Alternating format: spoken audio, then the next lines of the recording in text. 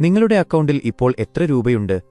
മാസാവസാനം ശമ്പളം കിട്ടി ദിവസങ്ങൾക്കുള്ളിൽ പഴ്സ് കാലിയാകുന്ന അവസ്ഥ നിങ്ങൾക്ക് എപ്പോഴെങ്കിലും ഉണ്ടായിട്ടുണ്ടോ?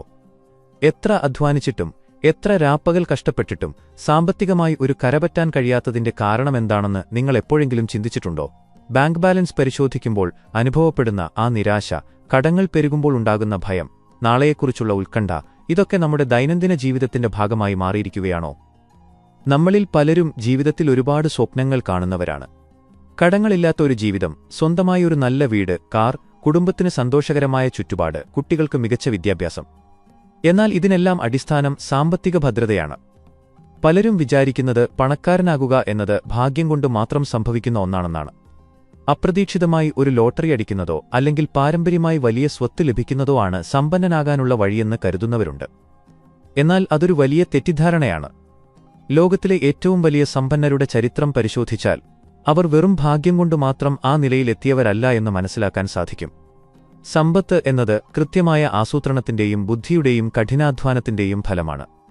ബിസിനസ് സ്കൂളുകളോ ആധുനിക സാമ്പത്തിക ശാസ്ത്രമോ ഇല്ലാതിരുന്ന ആയിരക്കണക്കിന് വർഷങ്ങൾക്ക് മുൻപ് ഭാരതത്തിൽ ജീവിച്ചിരുന്ന ഒരു മനുഷ്യൻ പണത്തെക്കുറിച്ചും സമ്പദ്വ്യവസ്ഥയെക്കുറിച്ചും പറഞ്ഞുവെച്ച കാര്യങ്ങൾ ഇന്നും ലോകമെമ്പാടുമുള്ള സാമ്പത്തിക വിദഗ്ധരെ അത്ഭുതപ്പെടുത്തുന്നുണ്ട്.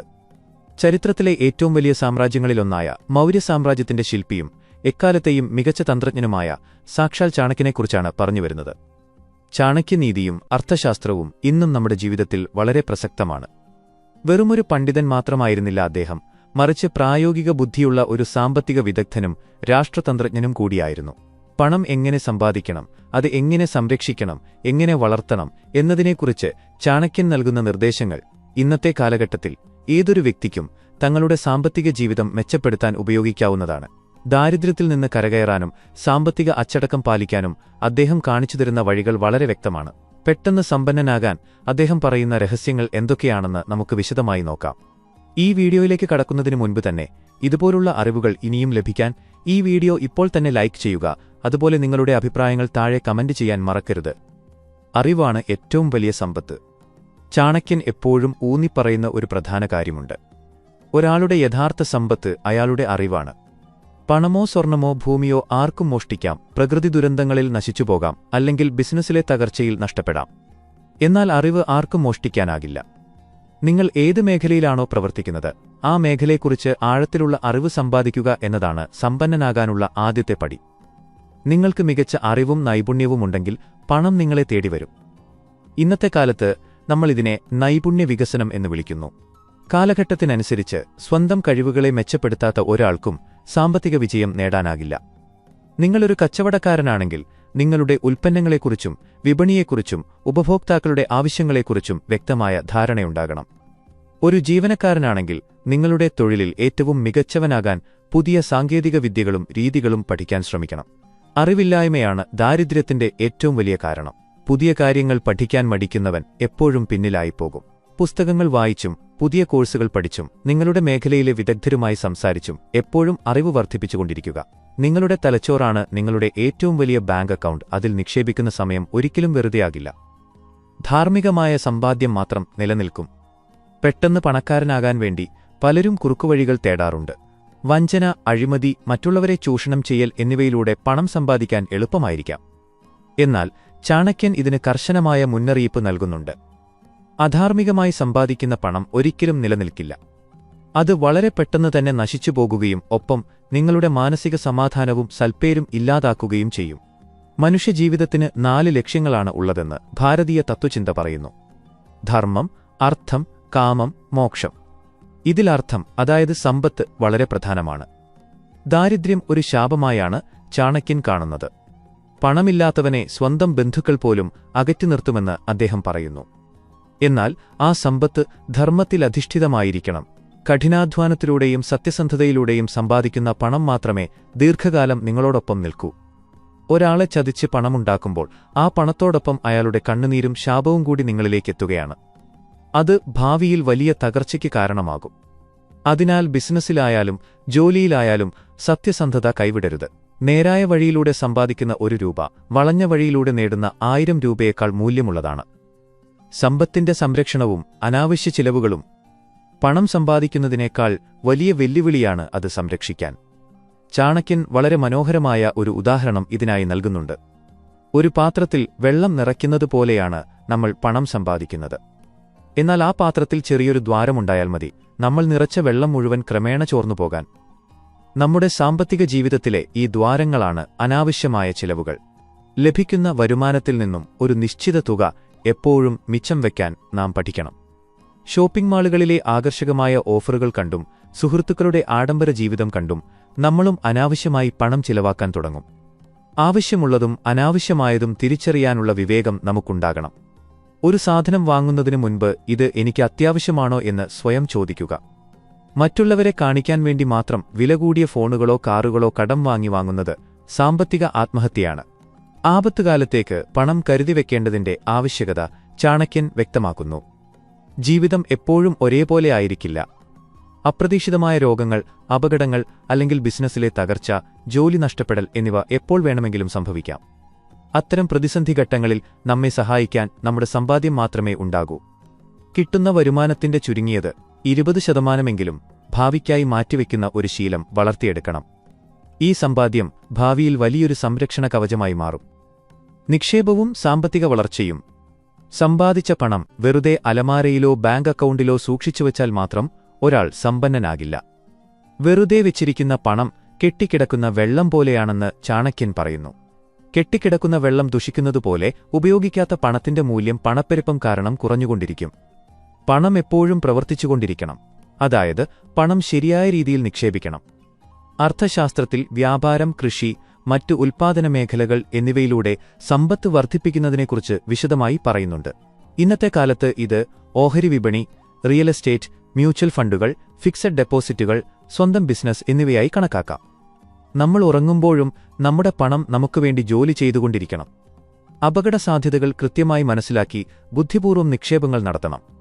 ഒരിടത്തു മാത്രം പണം മുഴുവനായി നിക്ഷേപിക്കരുത്. സാമ്പത്തിക വിദഗ്ധരുടെ ഭാഷയിൽ പറഞ്ഞാൽ വൈവിധ്യവൽക്കരണം നിർബന്ധമാണ്. വ്യത്യസ്ത മേഖലകളിൽ നിക്ഷേപിക്കുന്നത് അപകടസാധ്യത കുറയ്ക്കാനും സ്ഥിരമായ വരുമാനം ഉറപ്പാക്കാനും സഹായിക്കും. ശരിയായ സ്ഥലത്ത് നിക്ഷേപിക്കുന്ന പണം ഇരട്ടിയായി തിരികെ വരും. തുടർന്ന് കേൾക്കുന്നതിന് മുൻപായി ഒരു കാര്യം ഓർമ്മിപ്പിക്കട്ടെ. ഈ വീഡിയോ നിങ്ങൾക്ക് ഉപകാരപ്രദമായി തോന്നുന്നുണ്ടെങ്കിൽ ഇപ്പോൾ തന്നെ ലൈക്ക് ചെയ്യുക. ഒപ്പം നിങ്ങളുടെ അഭിപ്രായങ്ങൾ കമന്റ് ചെയ്യുകയും ചെയ്യുക. കൂട്ടുകെട്ടുകളും ഉപദേശകരും. നിങ്ങളുടെ ചുറ്റുപാടുകളും കൂട്ടുകെട്ടുകളും നിങ്ങളുടെ സാമ്പത്തിക നിലയെ വളരെയധികം സ്വാധീനിക്കുന്നുണ്ട്. ചാണക്യൻ പറയുന്നു, അലസന്മാരും ജീവിതത്തിൽ യാതൊരു ലക്ഷ്യമില്ലാത്തവരുമായ ആളുകളുമായുള്ള കൂട്ടുകെട്ട് നിങ്ങളെയും ദാരിദ്ര്യത്തിലേക്ക് നയിക്കും. അവർ സമയത്തിന്റെ വില മനസ്സിലാക്കാത്തവരാണ്. അവരുടെ കൂടെ നടന്ന് നിങ്ങളും നിങ്ങളുടെ വിലപ്പെട്ട സമയം പാഴാക്കും.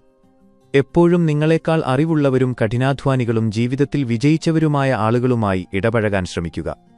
അവരുടെ ചിന്താഗതികളും പ്രവൃത്തികളും നിങ്ങളിൽ വലിയ മാറ്റങ്ങൾ കൊണ്ടുവരും. തെറ്റായ ഉപദേശങ്ങൾ നൽകുന്നവരിൽ നിന്നും അസൂയാലുക്കളിൽ നിന്നും എപ്പോഴും അകലം പാലിക്കണം. ബിസിനസ്സിലോ സാമ്പത്തിക കാര്യങ്ങളിലോ വലിയ തീരുമാനങ്ങളെടുക്കുമ്പോൾ പരിചയസമ്പന്നരായ ആളുകളുടെ ഉപദേശം തേടുന്നത് എപ്പോഴും നല്ലതാണ്. എല്ലാവർക്കും എല്ലാം അറിയണമെന്നില്ല. സ്വയം അഹങ്കരിക്കാതെ മുൻപ് ഈ വഴിയിലൂടെ സഞ്ചരിച്ചവരോട് സംശയങ്ങൾ ചോദിക്കാൻ മടിക്കരുത്. നിങ്ങളുടെ സുഹൃത്തുക്കളുടെ ശരാശരിയാണ് നിങ്ങൾ എന്നത് ആധുനിക മനഃശാസ്ത്രവും ശരിവയ്ക്കുന്ന കാര്യമാണ്. സാമ്പത്തിക രഹസ്യങ്ങൾ കാത്തുസൂക്ഷിക്കുക. ഇത് ചാണക്യൻ നൽകുന്ന വളരെ കൗതുകകരവും എന്നാൽ ഏറ്റവും പ്രസക്തവുമായൊരു ഉപദേശമാണ്. നിങ്ങളുടെ സാമ്പത്തിക ലക്ഷ്യങ്ങളും ബാങ്ക് ബാലൻസും ഭാവി പരിപാടികളും എല്ലാവരോടും വിളിച്ചു പറയരുത്. നിങ്ങളുടെ വിജയത്തിനു മുമ്പ് തന്നെ അതിനെക്കുറിച്ച് സംസാരിക്കുന്നത് പലപ്പോഴും ദോഷം ചെയ്യും. മനുഷ്യസഹജമായ അസൂയ പലരിലും ഉണ്ടാകും. നിങ്ങളുടെ സാമ്പത്തിക വളർച്ച കണ്ട് അസൂയപ്പെടുന്നവർ നിങ്ങളുടെ പ്ലാനുകൾ തകർക്കാൻ ശ്രമിച്ചേക്കാം. അല്ലെങ്കിൽ നിങ്ങളെ നിരുത്സാഹപ്പെടുത്തുന്ന രീതിയിലുള്ള കാര്യങ്ങൾ പറഞ്ഞ് നിങ്ങളുടെ ആത്മവിശ്വാസം കെടുത്താം.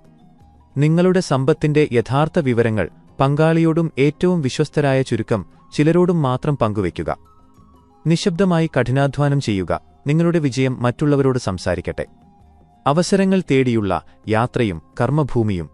ഒരു സ്ഥലത്ത് നിങ്ങൾക്ക് വളരാനുള്ള യാതൊരു സാഹചര്യവുമില്ലെങ്കിൽ ആ സ്ഥലം ഉപേക്ഷിച്ചു പോകാൻ തയ്യാറാകണം എന്ന് ചാണക്യൻ നിർദ്ദേശിക്കുന്നു. നിങ്ങൾക്ക് തൊഴിലില്ലാത്ത, നിങ്ങളെ ബഹുമാനിക്കാത്ത, നിങ്ങൾക്ക് പുതിയ കാര്യങ്ങൾ പഠിക്കാൻ സാധിക്കാത്ത ഒരിടത്ത് കടിച്ചുതൂങ്ങിക്കിടക്കുന്നത് ദാരിദ്ര്യത്തിലേക്ക് നയിക്കും. അവസരങ്ങൾ എവിടെയാണോ ഉള്ളത് അവിടേക്ക് ധൈര്യസമേതം യാത്ര ചെയ്യാൻ തയ്യാറാകണം. നാടുവിട്ട് അന്യനാടുകളിൽ പോയി കഠിനാധ്വാനം ചെയ്ത് വലിയ സാമ്പത്തിക വിജയം നേടിയ ലക്ഷക്കണക്കിന് ആളുകൾ നമ്മുടെ ഇടയിൽ തന്നെയുണ്ട്. മാറ്റങ്ങളെ ഭയപ്പെടുന്നവൻ ഒരിക്കലും സാമ്പത്തികമായി മുന്നോട്ടു പോകില്ല. സ്വന്തം നാടിനോടുള്ള വൈകാരികമായ അടുപ്പം നിങ്ങളുടെ വളർച്ചയെ തടസ്സപ്പെടുത്താൻ അനുവദിക്കരുത്. ദാരിദ്ര്യത്തെ ഭയപ്പെടുക, എന്നാൽ തോൽക്കരുത്. ദാരിദ്ര്യത്തെ ഒരു വലിയ ശത്രുവായി കാണണമെന്നാണ് ചാണക്യൻ പഠിപ്പിക്കുന്നത്. പണമില്ലായ്മ പല ദുഷ്പ്രവൃത്തികളിലേക്കും മനുഷ്യനെ നയിക്കും. അത് ആത്മാഭിമാനം നശിപ്പിക്കും. എന്നാൽ ഒരു സമയത്ത് പണമില്ലാതെ ബുദ്ധിമുട്ടുന്നു എന്നത് ജീവിതത്തിന്റെ അവസാനമല്ല. ദാരിദ്ര്യത്തെ മറികടക്കാനുള്ള ഇച്ഛാശക്തിയാണ് വേണ്ടത്. തോൽവികളിൽ നിന്ന് പാഠം ഉൾക്കൊണ്ട് വീണ്ടും ശക്തമായി മുന്നോട്ടു വരണം. നിങ്ങളുടെ കഴിവുകളിൽ വിശ്വസിക്കുക. ദാനവും സമ്പത്തിന്റെ വിനിയോഗവും. സമ്പത്ത് എന്നത് കുമിഞ്ഞുകൂടാൻ മാത്രമുള്ളതല്ല, അത് സമൂഹത്തിന്റെ നന്മയ്ക്കായി കൂടി ഉപയോഗിക്കണം. അർഹരായവർക്ക് ദാനം ചെയ്യുന്നത് നിങ്ങളുടെ സൽപ്പേര് വർദ്ധിപ്പിക്കുകയും നിങ്ങളുടെ മനസ്സിന് വലിയ സന്തോഷം നൽകുകയും ചെയ്യും. സമൂഹത്തിൽ സാമ്പത്തികമായി പിന്നോക്കം നിൽക്കുന്നവരെ സഹായിക്കുന്നത് ഒരു കടമയായി കാണണം. എന്നാൽ അമിതമായ ദാനവും ആപത്താണെന്ന് ചാണക്യൻ കൃത്യമായി മുന്നറിയിപ്പ് നൽകുന്നുണ്ട്. മഹാബലിയുടെയും കർണന്റെയും ഉദാഹരണങ്ങളെടുത്താൽ അമിതമായ ദാനം അവരെ എങ്ങനെ ബാധിച്ചു എന്ന് നമുക്കറിയാം. സ്വന്തം കുടുംബത്തിന്റെ സുരക്ഷയും ഭാവിയും ഉറപ്പാക്കിയതിനു ശേഷം മാത്രമേ മറ്റുള്ളവരെ സഹായിക്കാൻ പാടുള്ളൂ. അതുപോലെ ദാനം ചെയ്യുമ്പോൾ അത് അർഹതപ്പെട്ട കൈകളിലാണോ എത്തുന്നതെന്ന് ഉറപ്പുവരുത്തുകയും വേണം. അലസന്മാരെയും ദുഷ്ടന്മാരെയും സഹായിക്കുന്നത് സമൂഹത്തിന് തന്നെ ദോഷം ചെയ്യും. സമയത്തിന്റെ വില മനസ്സിലാക്കുക. പണത്തേക്കാൾ വിലപ്പെട്ടതാണ് സമയം. നഷ്ടപ്പെട്ട പണം കഠിനാധ്വാനത്തിലൂടെ തിരികെ സമ്പാദിക്കാൻ സാധിക്കും. ബിസിനസ്സിൽ നഷ്ടം വന്നാൽ വീണ്ടും കെട്ടിപ്പടുക്കാം. എന്നാൽ കടന്നുപോയ ഒരു നിമിഷം ലോകത്തിലെ മുഴുവൻ സമ്പത്ത് കൊടുത്താലും തിരികെ ലഭിക്കില്ല. സമയം പാഴാക്കുന്നവൻ ഒരിക്കലും സമ്പന്നനാകില്ല. ഓരോ ദിവസവും ഓരോ മണിക്കൂറും എങ്ങനെ ഏറ്റവും ഫലപ്രദമായി വിനിയോഗിക്കാം എന്ന് ചിന്തിക്കണം. ലക്ഷ്യബോധമില്ലാതെ സോഷ്യൽ മീഡിയയിലും മറ്റും ചിലവഴിക്കുന്ന സമയം നിങ്ങളുടെ ഭാവിയിലെ സമ്പത്താണ് നശിപ്പിക്കുന്നത് എന്ന് തിരിച്ചറിയുക. സമയനിഷ്ഠ പാലിക്കുന്നവനും കൃത്യമായ ടൈം ടേബിളോടെ ജീവിതം ചിട്ടപ്പെടുത്തുന്നവനും വിജയമുറപ്പാണ്. ചാണക്യൻ വരച്ചുകാണിക്കുന്ന ഈ സാമ്പത്തിക പാഠങ്ങൾ കേവലം പുസ്തകത്താളുകളിൽ ഒതുങ്ങേണ്ടതല്ല. അത് നമ്മുടെ ദൈനംദിന ജീവിതത്തിൽ പ്രാവർത്തികമാക്കേണ്ടതാണ്.